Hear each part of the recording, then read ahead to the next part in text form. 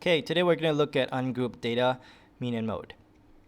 Alright, there are several types of ungrouped data. We got the listed one, this tabular, which looks like this, graphs as well, pie charts. There's actually many ways to represent them, but you gotta just be able to tell how ungrouped data looks like.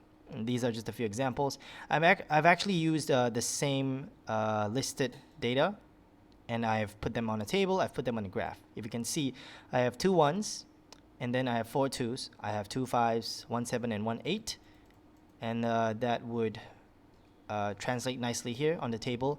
The number 1, there's 2 of them, that's the frequency. The number 2, there's 4 of them. Number 5, there's 2 of them. 7, there's 1. 8, there's 1. And you can pause the video to look at the graph.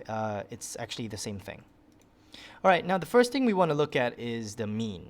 A mean is just a fancier word for average, which you guys have learned before. And for you to get an average of anything, you add everything and you divide by the number of terms. For example, if I have 4 sweets and my brother has 2 sweets, our average would be 3. That means if we want to share our total together, we just add the 4 and the 2 and we divide by 2 people. So each of us, me and my brother, I have 3 and he has 3. That way it's fair. Okay? And I'm going to translate it to this listed format. 2 1s, 4 2s, 2 5s, 1 7, 1 8. And we want to calculate the average. So first thing I'm going to do, I'm going to add everything together and I'm going to divide by 10. The reason is because there's 10 numbers. Okay? And the faster way would be, of course, I wouldn't want to write this much. I would write it like this.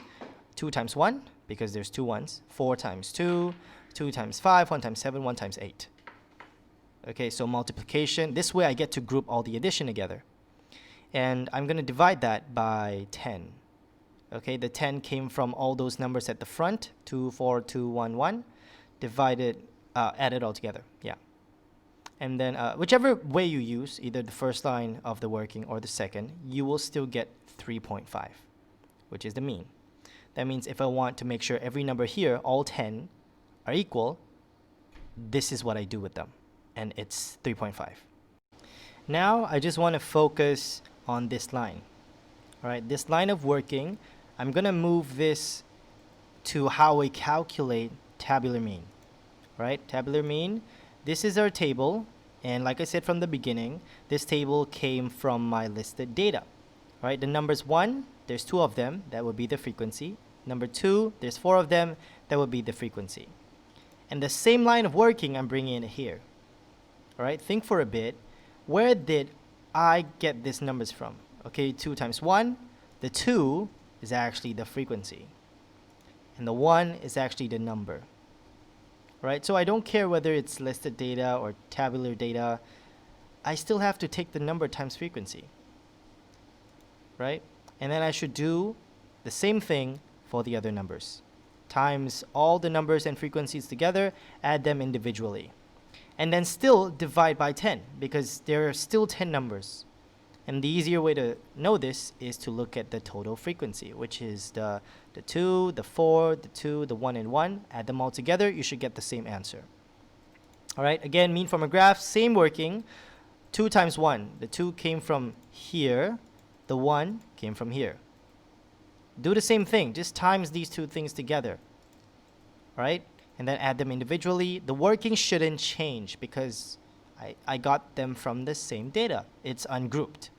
So a general formula for the ungrouped mean would be to take the sum of the terms, add everything individually, divide by the number of terms or the total frequency. All right? Okay, and the sum of the terms, you can get them if you take the number times the frequency. Next thing we're looking at is mode, which means the highest frequency or the number that appeared the most. In this table, in this unlisted data, I can see that the number 2 appeared the most. There are 4 2s, so that is my mode. Now, using the same data, if I were to create a table, likewise, the mode shouldn't change. The mode is still 2. But how do we know if they give us a table? We look at the highest frequency. As you can see, my number is still 2. That's still my mode.